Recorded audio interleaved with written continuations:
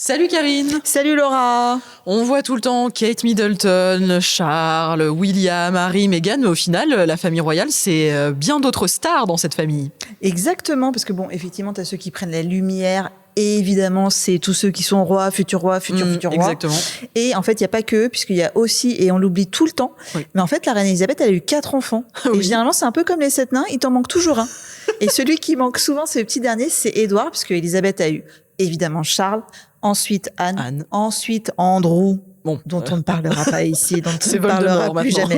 Ouais, Voldemort, exactement. C'est Voldemort de la famille royale.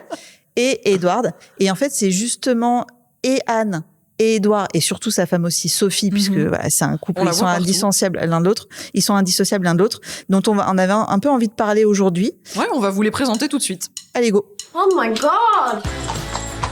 Tea time. C'est l'heure du Tea Time Royal avec Karine et Laura. On vous dit tout sur les royaux.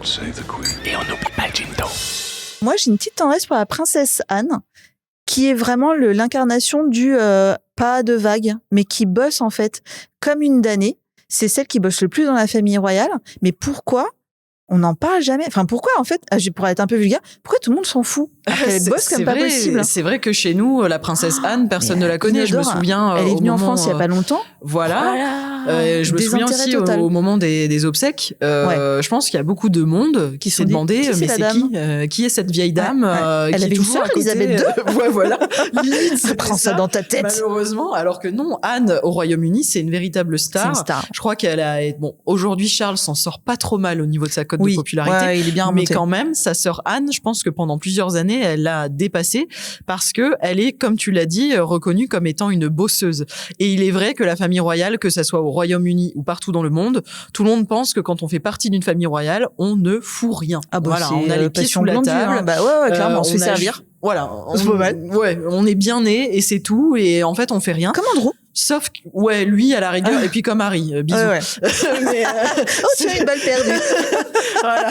Mais j'ai envie de dire, non, la famille royale bosse. L'exemple même, c'est justement cette princesse Anne qui a 73 ans aujourd'hui. Et Anne, c'est quand même plus de 500 engagements à l'année. On vous laisse faire le compte quand même. Dans une année, il y a 365 jours. Elle a 500 engagements.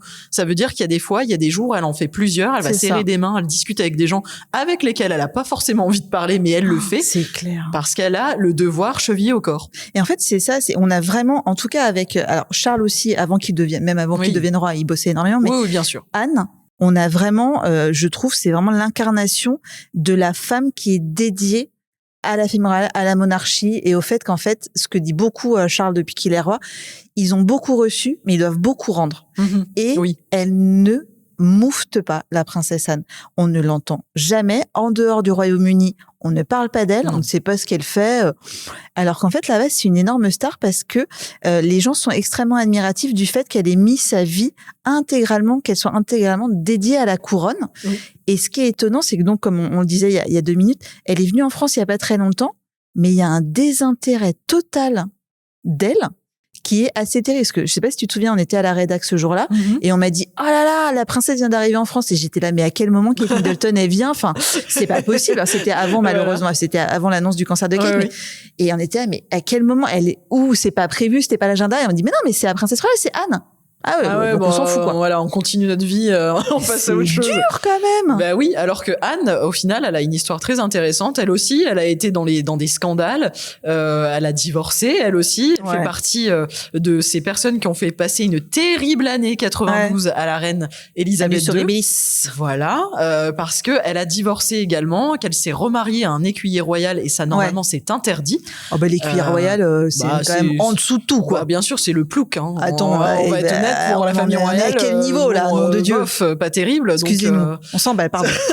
Mais c'est vraiment ça que ça voulait dire pour Elisabeth II à l'époque. Mais bon, elle l'a laissé faire. Et pourquoi? Parce qu'elle avait une tendresse pour sa fille, qui restait, il faut le rappeler, avec elle jusqu'au bout. Quand Elisabeth II s'est éteinte à Balmoral, c'était avec Anne à ses côtés. Et les images, moi, dont je vais me rappeler toute ma vie, c'est justement cette princesse Anne qui l'a accompagnée, mais vraiment jusqu'au bout du bout. Elle n'a pas quitté le cercueil. Il faut savoir qu'elle a voyagé avec le cercueil. Elle n'a pas quitté sa mère. Non, la relation de mère-fille était extrêmement profonde et et ce qu'elle a pas forcément, enfin ce qu'elle avait pas du tout avec Charles, Elisabeth, et qu'elle a un peu plus avec ses deux derniers fils, Andrew qui est son chouchou, et Édouard qu'elle aimait beaucoup aussi. Mais on sent que avec sa fille, il y avait une espèce d'amour qui était vraiment extrêmement fort, et que je pense elle communiquait plus à sa fille parce que c'était sa fille unique, parce qu'elle sait aussi ce que c'est d'être une femme au sein de la famille royale. Elle a demandé beaucoup de sacrifices à sa fille, et finalement elle lui accordait peut-être des choses qu'elle avait plus de mal à accorder à ses garçons, parce que c'est des hommes, parce qu'ils doivent, voilà, il y a une distance. On se souvient de ses rapports quasiment inexistants avec Charles quand il était petit.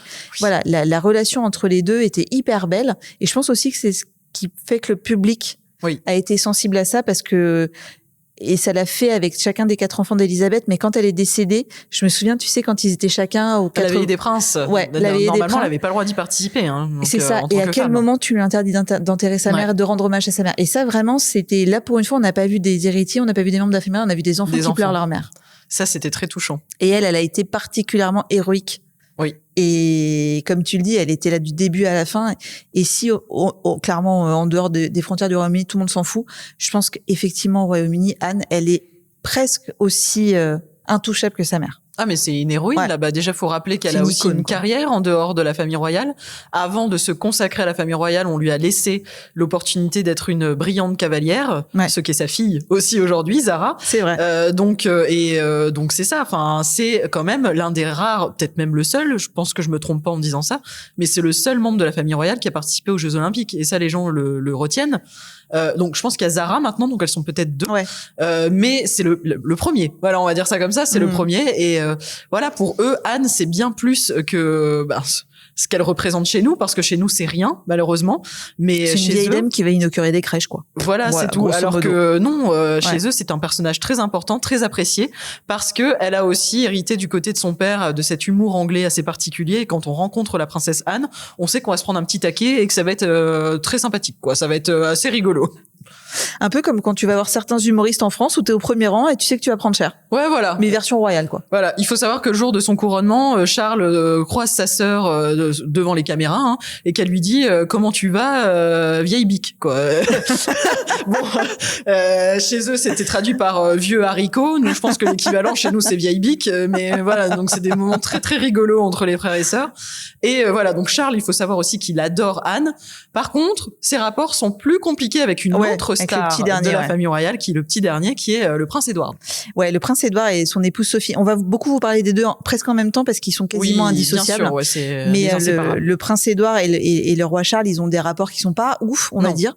Après, il y a une grande différence d'âge. Il y a une grande différence d'âge, et il faut pas oublier aussi qu'on parle d'une fratrie. Si vous nous écoutez, vous avez des frères ou des sœurs, à tout moment dans votre vie, vous avez envie littéralement de les buter, et c'est normal. Il faut le faire les moins. Puis aussi, il y a le syndrome du petit dernier. Souvent, on a quelques rancœurs envers le petit dernier. C'est celui avec qui on passe tout. Alors, c'est clair qu'entre l'aîné, qui déjà doit être exemplaire, mais qui en plus sera roi, et celui qui est arrivé, le numéro 4, qui peut faire ce qu'il veut, tout le monde s'en fout, c'est le chouchou. Il a qu'à manger du sucre à H24, ça passera crème, de toute façon, il sera jamais roi. Militaire, c'est pas grave. Je l'ai pas envie, mais c'est pas grave, c'est pour Doudou. Donc voilà, donc forcément, ça crée des tensions, parce que comme toujours, quand t'es parent, t'as l'impression qu'ils préfèrent ton petit frère à toi, bah ça te gonfle. Et il y a une histoire de jalousie, vraiment fraternelle, des histoires de jalousie au sein de la famille royale, toi t'as ci, moi j'ai ça, ce qui nous rappelle fortement Harry et un certain William, qui ont eu des petites fights comme ça, mais voilà, ils ont des relations qui quand même toujours été plutôt super tendues. Oui. Les deux frangins. Sophie, ça va. Ah, mais Sophie, elle a un sacré dossier par contre. Elle a un sacré dossier. Et oui. Qu'est-ce qu'elle a comme dossier? Mon Dieu, j'apprends des choses en direct. Écoutez tous. Puisque c'était donc la belle-fille préférée d'Elisabeth II. En même temps, c'était pas compliqué, hein, parce que Fergie et l'histoire du petit orteil, non merci. Non, et Lady Diana a fait quelques remous. Donc c'est quand même sur de la grosse boulette. Sophie, c'était pas dur de se démarquer, mais pourtant elle partait très mal, parce que Sophie, il faut savoir que c'est une roturière qui vient d'un milieu de la classe moyenne. Tout se perd. Donc, elle n'a pas du tout les bases de la famille royale, etc. Et donc, elle voulait conserver sa carrière, ce qu'on lui a autorisé. Et manger les coudes sur la table. Non, oui, peut-être, on ne sait pas. Mais en tout cas, voilà, elle voulait faire un petit peu ce qu'elle voulait, Sophie. On lui a laissé ce choix, cette opportunité. Donc, elle était dans les relations publiques. C'est une sorte de pré-Meghan Markle ?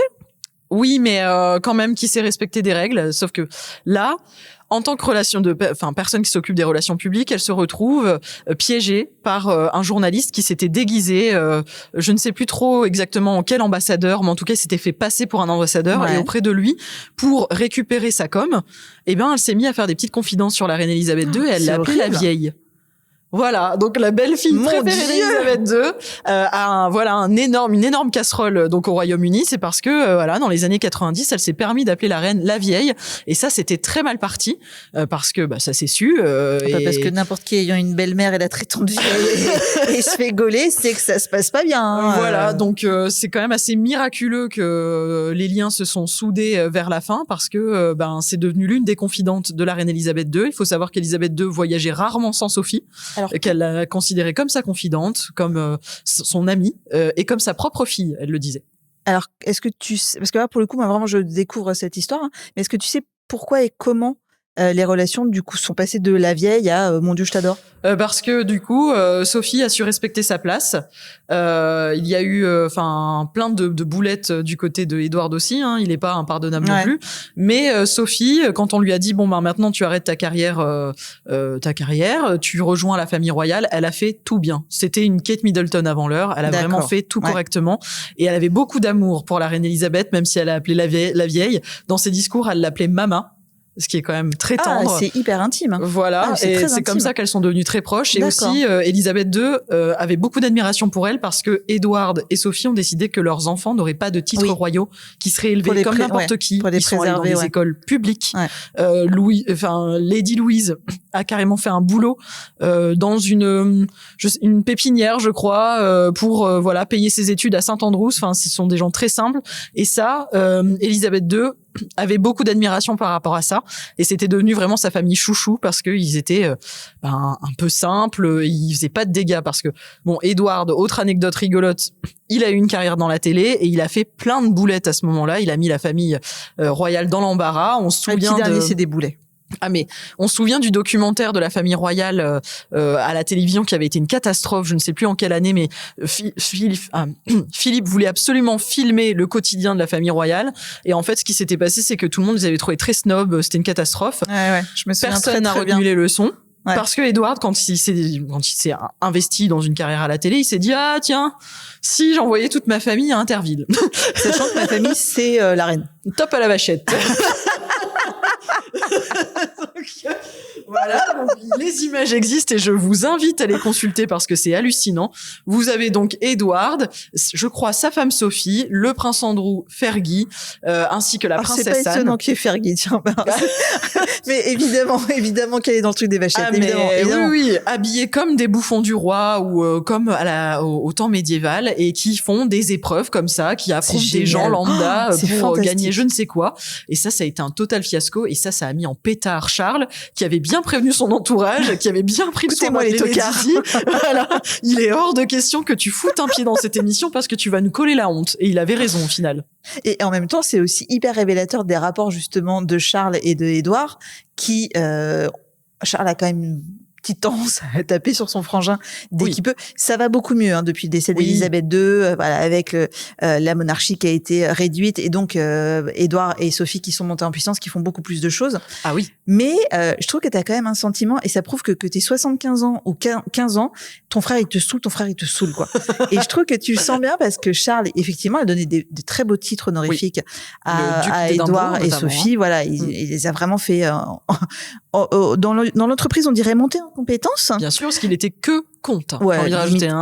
Limite le tocard de la famille. Voilà. Quoi. Et tu sens quand même que c'est pas totalement apaisé parce que là récemment, il y a en gros un titre honorifique qui a priori aurait vraiment dû être attribué de la part de Charles à son frère Édouard. Et qu'est-ce qu'il fait, Charlie? Non, il va le filer à Kate Middleton.